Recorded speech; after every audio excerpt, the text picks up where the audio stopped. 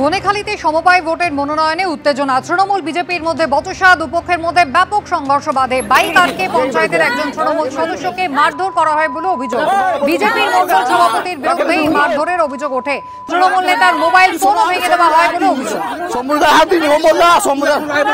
আমি কি বলছি?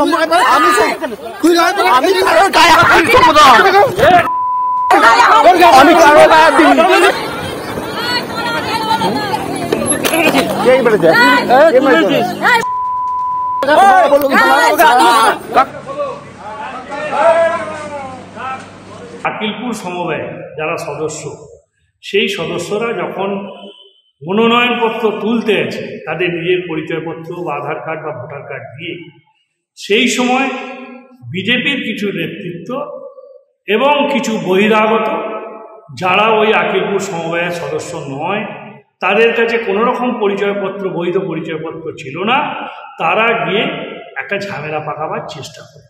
তখন সেই এলাকার যা ওই সমবায় সমিতির যারা সদস্য, তারা তাদেরকে বলে আপনি সদস্য নয়, অথচ এখানে এসে ঝামেলা করতে এসছেন।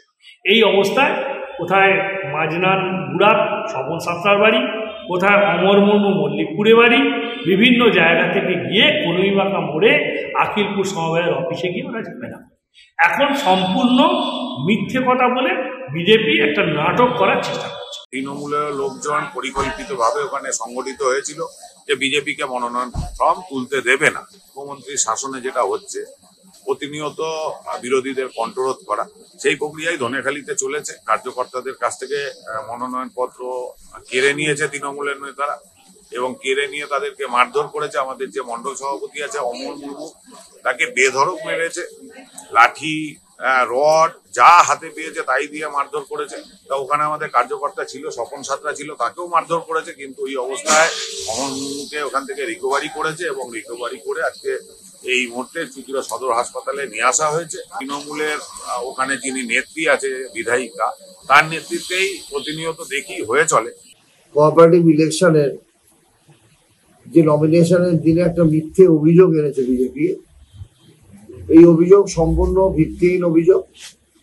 কারণ তারা যে অভিযোগ করেছে তৃণমূল মারধর করেছে বলে, তৃণমূল এই হিংসাত্মক রাজনীতিতে বিশ্বাসী নয়।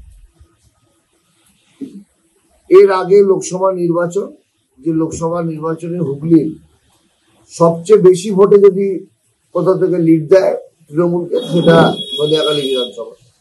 কাজেই এ থেকে পরিষ্কার যে বিজেপি যে কর্মী যারা অভিযোগ করছে, মারধরের অভিযোগ করছে, তারা ভিত্তিহীন অভিযোগ করছে।